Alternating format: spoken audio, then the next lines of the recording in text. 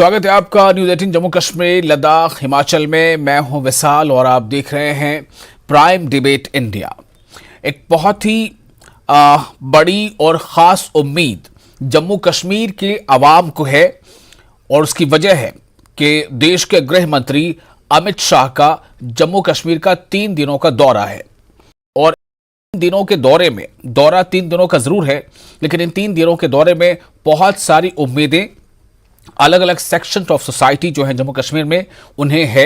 हालांकि इस दौरे को लेकर हमेशा सवाल इस तरह से खड़े होते हैं कि जब भी कभी इस तरह का कोई दौरा होता है उसके पहले वहां कुछ ना कुछ ऐसी घटनाएं होती हैं जिससे ऐसा लगता है कि जो आतंकी संगठन है या जो ऐसी सोच रखते हैं उन्हें शायद ये बर्दाश्त नहीं होता है कि शांति के साथ चीज़ें आगे बढ़ती रहें।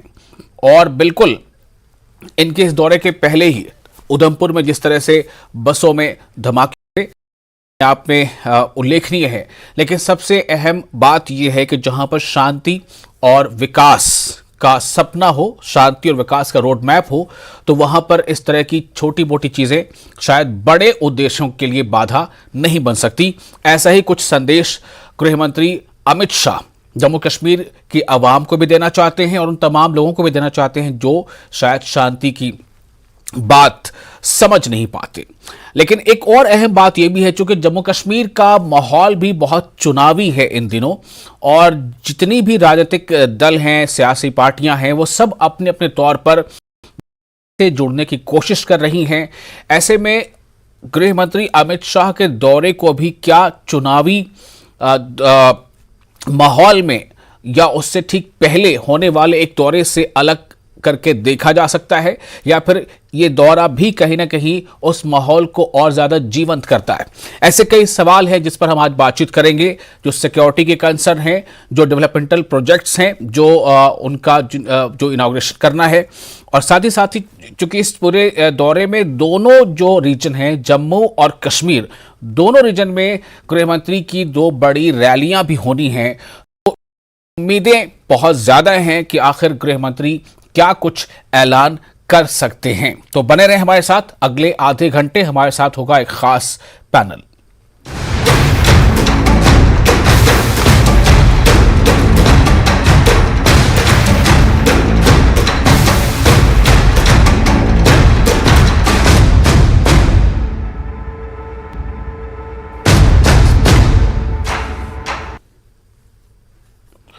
तो हम सबसे पहले जो हमारे साथ जो लोग जुड़े हैं, जो मेहमान जुड़े हैं, उनका परिचय करा देते हैं। हमारे साथ हैं समीर भट्ट, कॉरेस्पॉन्डेंट, हमारे साथ राजौरी से जुड़ रहे हैं। हमारे साथ जावेद बेग हैं, पॉलिटिकल एनालिस्ट, और एडवोकेट अंकुश शर्मा, प्रेसिडेंट हैं एकजुट के, और साथ ही हमारे साथ होंगे Manoj Kaul, editor input Jammu and Kashmir. आप तमाम लोगों का बहुत बहुत स्वागत है। सबसे पहले मैं मनोज कौल जी आपके पास आना चाहूंगा और इस सवाल का उत्तर चाहता हूं कि गृह मंत्री अमित शाह के इस दौरे का क्या उद्देश्य है? देखें विशाल, ये जो दौरा है ये मल्टी डायमेंशनल है, इसके कई उद्देश्य हैं। एक उद्देश्य तो ये है कि जो यहाँ डेवलपमेंटल प्रोजेक्ट्स चल रहे हैं करना है, और दूसरा उसके साथ ही कि कुछ फाउंडेशन स्टोन्स भी वो रखेंगे, चाहे वो जम्मू की बात करें या फिर कश्मीर की बात करें। यानी एक डेवलपमेंट का प्रोजेक्ट जो प्रोग्राम लेके सरकार चली है, उस प्रोजेक्ट को, उस प्रोग्राम को आगे बढ़ाने की जरूरत है, ये सरकार का मानना है। और यही वजह है कि अमित शाह यहाँ जब आएंगे, आज शाम, अभी कुछ देर बाद वो राजभवन पहुंचेंगे, और उसके बाद कल जो उनका प्रोग्राम है वो माता वैष्णो देवी जाएंगे, उसके बाद राजौरी में भी एक चुनावी सभा से वो संबोधित करेंगे, और जम्मू में कन्वेंशन सेंटर के अंदर वो जो प्रोजेक्ट्स बनाए गए हैं इस सरकार के द्वारा उनका जो है इनॉग्रेशन करेंगे, स्टोन भी रखेंगे। और यही इसी तरह का प्रोग्राम लगभग उनका कश्मीर में भी है। कश्मीर में एक इम्पॉर्टेंट चीज और भी है, वो ये है कि वहाँ वो सिक्योरिटी का जो सिनेरियो है उसका भी जायजा लेंगे और देखेंगे कि अभी जो हालात हैं जम्मू कश्मीर के अंदर वो किस तरह के हैं। यानी ये जो दौरा है उसमें डेवलपमेंट, सिक्योरिटी सिनेरियो, और चूंकि कोई भी लीडर जो है, चाहे अमित शाह हूं या कोई भी लीडर हो, ये एक पार्टी के साथ जुड़े होते हैं। तो अगर वो किसी राजनीतिक पार्टी के साथ जुड़े हैं तो जाहिर है कि राजनीतिक उद्देश्य भी इसमें हो सकता है, क्योंकि वो 2 चुनावी सॉरी 2 हैं जी, उनको भी संबोधित करने वाले हैं, और जिसमें ये कहा जाता है कि जो पहाड़ी लोग हैं जिनके साथ ये वादा किया गया था कि उन्हें एसटी का दर्जा दिया जाएगा, तो ये माना जा रहा है कि वो उसका भी ऐलान करेंगे। ठीक है मनोज, फर्स्ट राउंड में आपने काफी कुछ बता दिया है, मैं फिर आपके पास आता हूं, हमारे साथ बने रहे। मैं सीधे रुख करूंगा अब समीर भट्ट का, चूंकि राजौरी से वो हमारे साथ जुड़ रहे हैं। समीर, मैं पहले ये जानना चाहता हूं कि सिक्योरिटी को लेकर क्या कुछ कंसर्न है, और राजौरी में अमित शाह जो गृह मंत्री हैं उनका एक अवामी रैली भी होनी है, तो आप राजौरी में लोगों में किस तरह का रिस्पांस है, लोग किस तरह की बातें कर रहे हैं, क्या उम्मीदें लगा रखी हैं और क्या तैयारियां हैं? देखिए विशाल, सबसे पहले सिक्योरिटी की अगर हम बात करें तो सिक्योरिटी फुल प्रूफ की गई है। हर तरफ आप देख रहे हैं, हम देख रहे हैं कि जो पैरामिलिट्री फोर्सेस है, पुलिस के जवान हैं, वो लगाए गए हैं। उनके बाकी पैरामिलिट्री फोर्सेस के जवानों को भी अच्छी तरह से और बड़ी तादाद में डिप्लॉय किया गया है, क्योंकि जो सिक्योरिटी कंसर्न है वो तो है ही, खासकर जो ट्विन ब्लास्टर्स हुए, जिस तरह आपने भी कहा उधमपुर में जो ट्विन ब्लास्टर्स हुए, उसके बाद जो सिक्योरिटी सिनेरियो उसको गया। रैली के वेन्यू के अंदर जो है एडिकेट सिक्योरिटी बढ़ा दी गई है। बाहर भी हमने जगह जगह देखे नाके लगे हुए हैं, आर्मी हो, पुलिस हो, पैरामिलिट्री फोर्सेस के जवान भारी तादाद में हर जगह पे लगाए गए हैं। ड्रोन का इस्तेमाल किया जा रहा है। ये तो एक हो गया जो सिक्योरिटी पॉइंट ऑफ से। दूसरा जो आपने कहा कि एक्सपेक्टेशंस क्या, देखिए हम दिन भर आज लोगों से बात कर रहे हैं, मैंने क्रॉस सेक्शन ऑफ लोगों से यहाँ पे बात की, खासकर जो पहाड़ी लोग हैं उनमें ज्यादा एक्साइटमेंट मैंने देखी। उनका ये कहना है कि वो चाहते हैं कि कल जो अमित शाह रैली करेंगे तो वो उनको एसटी का जो स्टेटस है उसके लिए कोई बड़ा ऐलान करे, वो चाहते हैं कि उनके लिए हो। इसी तरह से जो है वो चाहते हैं कि उनकी और भी डिमांड है, हालांकि पॉलिटिकल रिजर्वेशन उनको मिली है। अब राज्यसभा में भी उनको फॉरेस्ट एक्ट जो है उनको उसमें उनके हक में बात हुई है। इसी तरह से बहुत सारी चीजें उनके हक में हुई हैं, लेकिन और भी चाहते हैं। इसी तरह यहाँ पे जो आम लोग हैं वो कहते हैं कि हमें डेवलपमेंट चाहिए, हमें विकास चाहिए, हमें रोजगार चाहिए। हमारे लिए जो बॉर्डर इलाकों में जो हमारे पढ़े लिखे जवान हैं, नौजवान हैं, उनके लिए रोजगार की सुविधाएं मिलनी चाहिए। इसी तरह से डेवलपमेंट है, जहाँ पे सड़कों की हालत खराब है, सड़कें ठीक होनी चाहिए, और पानी मिलना चाहिए। मैं आपके पास आऊंगा फिर से एक बार।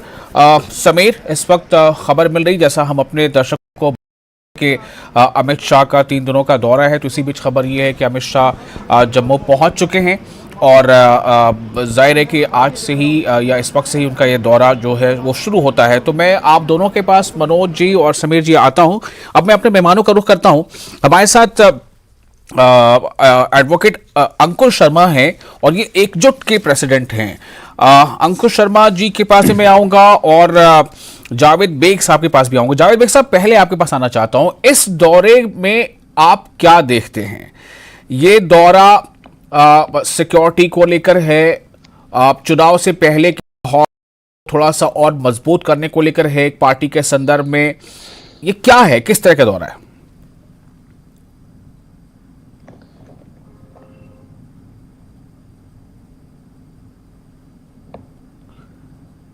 डेवलपमेंट पॉइंट जी, आप अपने वीडियो का जो ऑडियो है उसे ऑन कर दें जावेद बेग साहब जी। आ रही है मेरी? जी हाँ, जी हाँ, भी आ रही है, हाँ जी। तो जो ऑनरेबल एमएचए श्री अमित शाह जी का दौरा है, ये सिक्योरिटी व्यू, पॉलिटिकल या फिर जो इलेक्शंस का यहाँ पे माहौल कुछ बन रहा था, या फिर डेवलपमेंट पॉइंट ऑफ व्यू से कहीं ज्यादा बालातर है। क्योंकि 2019 के बाद जो डेवलपमेंट्स हुई सियासत को लेकर, या फिर तरक्की या फिर तामीराती प्रोग्रामों को लेकर, उसमें गवर्नमेंट ऑफ इंडिया को मैं कमेंट करता हूं, खासकर ऑनरेबल प्राइम मिनिस्टर साहब के उस विजन को, जो उन्होंने हर एक सेक्शन ऑफ सोसाइटी को आउटरीच करने का प्रोग्राम लिया। हाल ही में हमारे पहाड़ी बिरादरी को जो रिजर्वेशन मिली, वो एक तवारीखी स्टेप है, क्योंकि जम्मू कश्मीर, वादी कश्मीर में इससे पहले कभी भी हर सेक्शन ऑफ सोसाइटी के मेंबरान को या उनके लीडरान को कभी कॉन्फिडेंस में नहीं लिया जाता था। आज जो आज का कश्मीर मैं देख रहा हूं, जिसका मैं भी एक मेंबर हूं, as a member of this society, as a member of my country, I wholeheartedly welcome Honorable MHA Shri Amit Shah ji in Kashmir with his vision to develop Kashmir to bring all sections of society together. ये एक सिर्फ सियासी दौरा नहीं है, development के लिहाज से दौरा नहीं है, बल्कि उससे कई बालातर दौरा है जिसमें हर एक सेक्शन ऑफ सोसाइटी को का प्रोग्राम है। बिल्कुल, मैं इस दौरे को जी उस नजरिए से भी देखता हूं जो अभी इस रीजन में डेवलपमेंट्स हुई। हाल ही में हमारे पड़ोसी मुल्क में हुकूमत गिरी और नई हुकूमत बनी, जो डेवलपमेंट्स वहां पे हुई उनके लिए भी एक अच्छा खासा जवाब देने के लिए हमारे ऑनरेबल एमएचए आ रहे हैं। तो ये एक हिस्टोरिकल दौरा है उनका। ऑलरेडी प्राइम मिनिस्टर साहब ने यहाँ पे 22,000 करोड़ के जो प्रोजेक्ट्स है जिनका इफ्तिताह किया, वो पाई तकमील तक पहुंचने के लिए एक तो उन प्रोजेक्ट्स का ये जायजा लेंगे और साथ ही साथ जो सोसाइटी के मुख्तलिफ से जो लोग आते हैं उनके साथ ये बैठने के लिए तैयार हो गए हमारे एमएचए साहब। जावेद बेग साहब, मैं एक सवाल आपसे सिर्फ यहां पे ये करना चाहता हूं कि इस दौरे में और चुनाव की तारीखों के ऐलान में आप कितना फासला देख रहे हैं? देखिए, चुनाव जब भी होंगे हम वेलकम करेंगे, बल्कि मैं खुद इस बार जो है असेंबली के लिए लड़ने की तैयारी में हूं, क्योंकि आज के डेट में मेरे जैसा नौजवान जो कल तक सोच भी नहीं पाता था, आज वो कम से कम सोच रहा है कि वो ही can also contribute to the holy institution of democracy. आज के डेट में इलेक्शन कभी भी सारे लोग तैयार है, कश्मीर के सारे लोग तैयार है, खासकर नौजवान तैयार है। अगर श्री अमित शाह जी कल चुनाव का ऐलान करते हैं, यकीन मानिए सबसे ज्यादा यहां के लोग खुश हो जाएंगे और उसमें सबसे ज्यादा नौजवान खुश हो जाएंगे। चलिए, मुझे लगता है कि ये काम हम ईसीआई के ऊपर छोड़ दें कि ऐलान किससे करना है, लेकिन हाँ ये जरूर है कि आप जो है ये बता रहे हैं कि माहौल अच्छा है और आप भी पुरुमीद हैं कि अगर मौका मिला तो आप भी चुनाव लड़ेंगे और जीतेंगे। मेरी शुभकामनाएं आपके साथ हैं, आप बने रहे हमारे साथ। अंकुश शर्मा जी, मैं आपके पास आना चाहता हूं। अंकुश शर्मा जी के बारे में बता दूं कि एकजुट के प्रेसिडेंट, एकजुट पहले कभी एक एनजीओ हुआ करता था, अब एक पार्टी है, और इस पार्टी का ध्येय क्या है, मैं खुद अंकुश शर्मा जी आपसे ही चाहूंगा कि आप बताएं हमारे दर्शकों को, और ये भी बताएं कि इस दौरे को आप किस तरह से देख रहे हैं, कितना फायदे का ये दौरा है जम्मू कश्मीर की जनता के लिए। जी देखिए, एकजुट जम्मू पार्टी जम्मू संभाग का एक रीजनल आइडियोलॉजिकल पॉलिटिकल ऑप्शन है जो दिल्ली और कश्मीर का जो पिछले 70 साल का करार है, इरेस्पेक्टिव ऑफ द गवर्नमेंट्स, 2014 के बाद भी जो गवर्नमेंट्स आई उनका भी वही नेहरूवियन मॉडल ऑफ जेएंडके और पिछली पुरानी भी, कि मॉडल में सत्ता कश्मीर के हाथ में देनी है और जम्मू संभाग को, जम्मू के 10 जिलों को कश्मीर का गुलाम बनाना है, होस्टेज बनाना है, जम्मू संभाग को एक डिसएम्पावर्ड स्टेट में रखना है, जम्मू जो एक राष्ट्रवादी राष्ट्रभक्त समाज है उन्हें हाफ सेपरेटिस्ट्स के हाथ में सौंप देना है। इस पैराडाइम को, इस कॉन्ट्रैक्ट को, इस अनहोली अलायंस को बिटवीन दिल्ली एंड कश्मीर, उसको चुनौती देने का कार्य करता है। इसीलिए पॉलिटिकल फील्ड में डेमोक्रेटिक तरीके से इस कॉन्ट्रैक्ट को चुनौती देते हुए हम आगे बढ़ रहे हैं ताकि जम्मू संभाग की पॉलिटिकल एम्पावरमेंट और पॉलिटिकल लिबरेशन एक मतलब सीरियस शब्दों में एक सवाल मैं आपसे करूं कि अभी ये जो दौरा है, इस दौरे से जाहिर है कि बहुत सारे जो हैं उन्हें अपना एक टेक इसमें से लेना है इस दौरे से, लेकिन क्या आपको भी लगता है कि इस दौरे में जो डेवलपमेंटल प्रोजेक्ट्स और जो इनाग्रेशंस होने हैं उसका एक बहुत ही साफ संदेश जाएगा लोगों जम्मू कश्मीर की जनता में? देखिए, ये जो दौरा है एकजुट जम्मू पार्टी से एक रूटीन दौरे के रूप में देखती है, पॉलिटिकल गिमिक्री जो भी हो, बट हैविंग सेड दैट, देखिए जहां होम मिनिस्टर विजिट कर रहे हैं और एक ऐसी स्टेट में जो एक ट्रबल्ड स्टेट है जहां पे रेडिकलाइजेशन, इंडोक्ट्रिनेशन, जिहाद एक समस्या है, हिंदू नरसंहार एक समस्या है, पाकिस्तान के द्वारा प्लान्ड लैंड जिहाद या डेमोग्राफिक असॉल्ट ऑन हिंदू एक सच्चाई है, वहां पे अगर होम मिनिस्टर से आप ये एक्सपेक्ट करें कि यहां पे आके कुछ डेवलपमेंटल प्रोजेक्ट्स पे वो रिबन काटेंगे, इनॉग्रेशन करेंगे, तो मुझे लगता है कि किसी क्लर्क को उठा के भी आप देश का रक्षा मंत्री बना देंगे या गृह मंत्री बना देंगे तो वो कार्य वो भी कर लेगा। यहां के जो इंपॉर्टेंट इश्यूज हैं वो ये है कि 370 और 35A की एब्रोगेशन के बाद उसकी एब्रोगेशन को लेकिन मुझे लगता है कि देखिए आप जो बातें कह रहे हैं वो अपनी जगह पर है, लेकिन अगर कोई डेवलपमेंटल प्रोजेक्ट्स है या जो विकास के अलग अलग पैमाने हैं उसमें अगर कुछ बढ़ोतरी हो रही है, उसमें इजाफा हो रहा है, तो इसे तो हमें उसका क्रेडिट भी देना होगा और इसे बताना होगा कि देखिए किस तरह से चीजें बदल रही हैं। इसमें ABCD कोई भी हो सकता है, लेकिन हम तो आज अमित शाह जी की बात कर रहे हैं।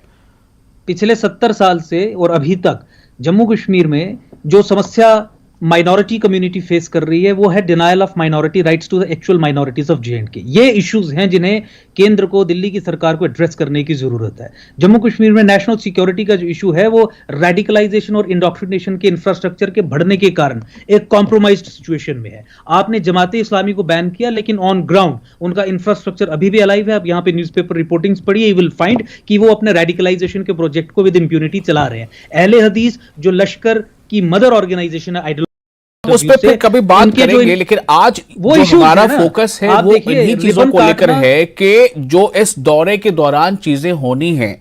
और जैसे आप देखिए जम्मू में रीजन में भी, कश्मीर रीजन में भी, दोनों जगह पर अमित शाह साहब जाएंगे। मैं आप जावेद बेग साहब आपको इस पर टिप्पणी करना चाहेंगे जो कुछ अभी अरुण कुमार जी, अंकुर शर्मा जी ने कहा है? अंकुर शर्मा जी। देखिए आपने खुद इस डिबेट के आगाज में कहा कि ये खुशाइंद दौरा है। हाँ। हमें बड़ा पॉजिटिव होकर इस दौरे को देखना चाहिए। मैं जम्मू कश्मीर का, बिलखुसूस वादी कश्मीर का नौजवान होने के नाते एक फीलिंग इस दौरे में जो हमारे ऑनरेबल MHA है वो एक पैगाम लेकर आ रहे हैं पूरे मुल्क की तरफ से कि पूरा मुल्क कश्मीर के साथ, कश्मीर की आवाम के साथ शाना बशाना खड़ा है। खासकर कश्मीर के नौजवानों को गले लगाने के लिए पूरा मुल्क जो है तैयार है। और कश्मीर के अवाम ने भी पिछले 3 साल से जो जोश, जज्बा अमन के लिए, खुशहाली के लिए, तरक्की के लिए दिखाया, ये एक नए जम्मू कश्मीर की नहीं बल्कि एक नए हिंदुस्तान की आगाज हो रही है, जिस नए हिंदुस्तान में हर किसी का साथ चाहिए हमें। ये बात सिर्फ कश्मीर की नहीं है, हर किसी का साथ चाहिए, ये एक अहम बात है। और इसी को मैं आगे बढ़ा के ले जाऊंगा मनोज कौल जी के पास। मनोज कौल जी, अब जाहिर है कि ये खबर हम हमारे जो दर्शक है स्क्रीन पर देख रहे हैं कि पहुंच चुके हैं गृह मंत्री।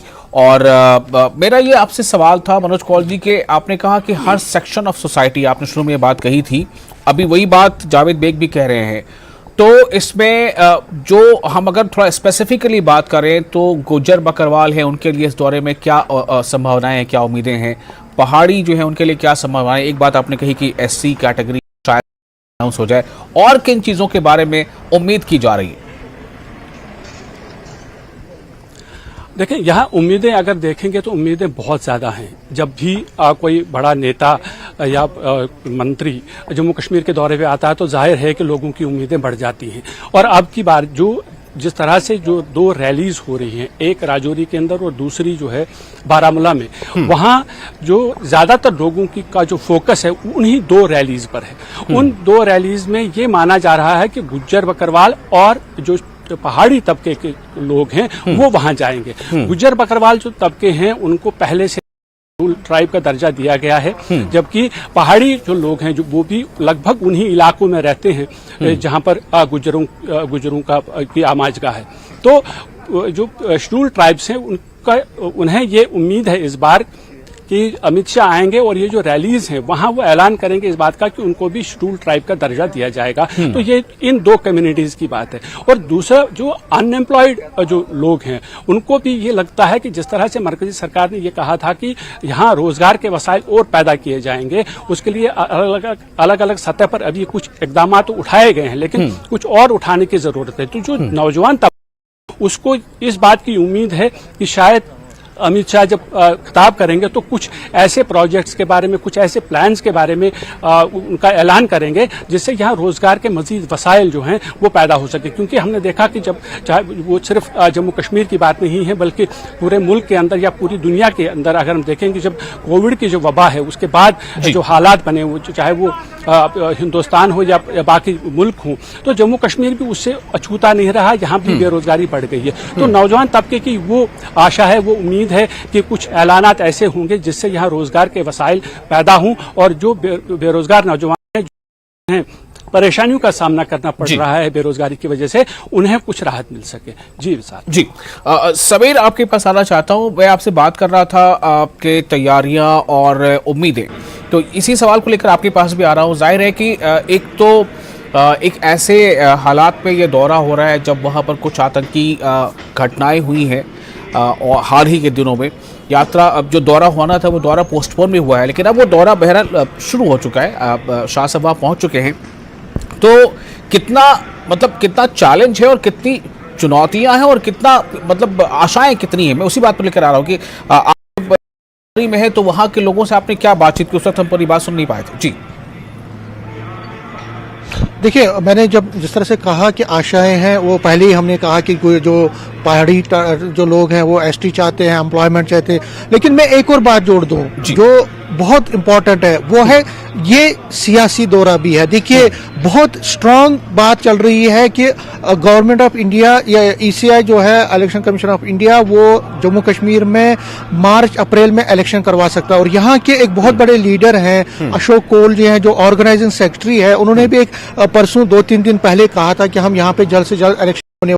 रविंदर रैना भी यही कह रहे हैं, जो बीजेपी के लीडरान हैं वो भी यही कह रहे हैं, और जो अपोजिशन पार्टीज हैं उनमें भी कुछ कहीं ना कहीं बात गई है, वो भी अपनी एक्टिविटीज को बढ़ा चुके हैं। हर जगह दूर दौरे कर रहे हैं, प्रेस कॉन्फ्रेंसेस कर रहे हैं। तो आज जो अमित शाह जो कल यहाँ दौरा कर रहे हैं, सबकी नजरें इस पर भी टिकी हुई है कि वो असेंबली इलेक्शंस के बारे में, जो विधानसभा पोल्स यहाँ पे होने वाले, उसके बारे में क्या कहते हैं, क्या वो उसके बारे में कोई हिंट देते हैं। हालांकि इलेक्शन कमीशन को करना है, लेकिन इस मंच से, राजौरी के मंच से और बारामूला के मंच से क्या वो इस बारे में कोई बात करते हैं? सबकी नजरें इस पर है, सियासी लोगों की नजरें इस पर लगी होंगी। जी दूसरा जो है, दूसरी इंपॉर्टेंट बात है, बात चल रही है, डिमांड चल रही है कि यहाँ पे स्टेटहुड वापस आना चाहिए। तो उस पर क्या वो बोलते हैं? जी समीर आप रेस्ट ले लें, थोड़ा आप रेस्ट ले लें। जी रेस्ट ले लें।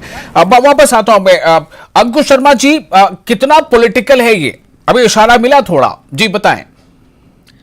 देखिए, सिचुएशन इवॉल्व हो रही है जहां पे अल्टीमेटली जम्मू कश्मीर में चुनाव करवाए जाएंगे। स्टेटहुड की डिमांड से लेके यहाँ पे फिर से एक रीऑर्गेनाइजेशन हो जिसमें जम्मू को एक अलग सेपरेट स्टेट बनाया जाए, वो भी डिमांड्स चल रही हैं। इलेक्शन कमीशन ऑफ इंडिया ने ये निर्णय लेना है कि किस समय इलेक्शंस होंगे। 25 नवंबर डेडलाइन फिक्स की गई है इलेक्शन कमीशन द्वारा, जिस दिन वो फाइनल इलेक्टोरल रोल्स जो है वो पब्लिश करेंगे। मार्च अप्रैल में इलेक्शंस होंगे कि नहीं, इसके ऊपर जब तक आधिकारिक बयान नहीं आता तब तक तो मुझे लगता नहीं है कि कोई क्लैरिटी होगी। जहां तक पॉलिटिकल होने की बात है, ऑफ कोर्स यहाँ पे पहाड़ी समुदाय के लोगों को जो एसटी स्टेटस देने की बात है, उसके ऊपर कुछ बात रखी जा सकती है।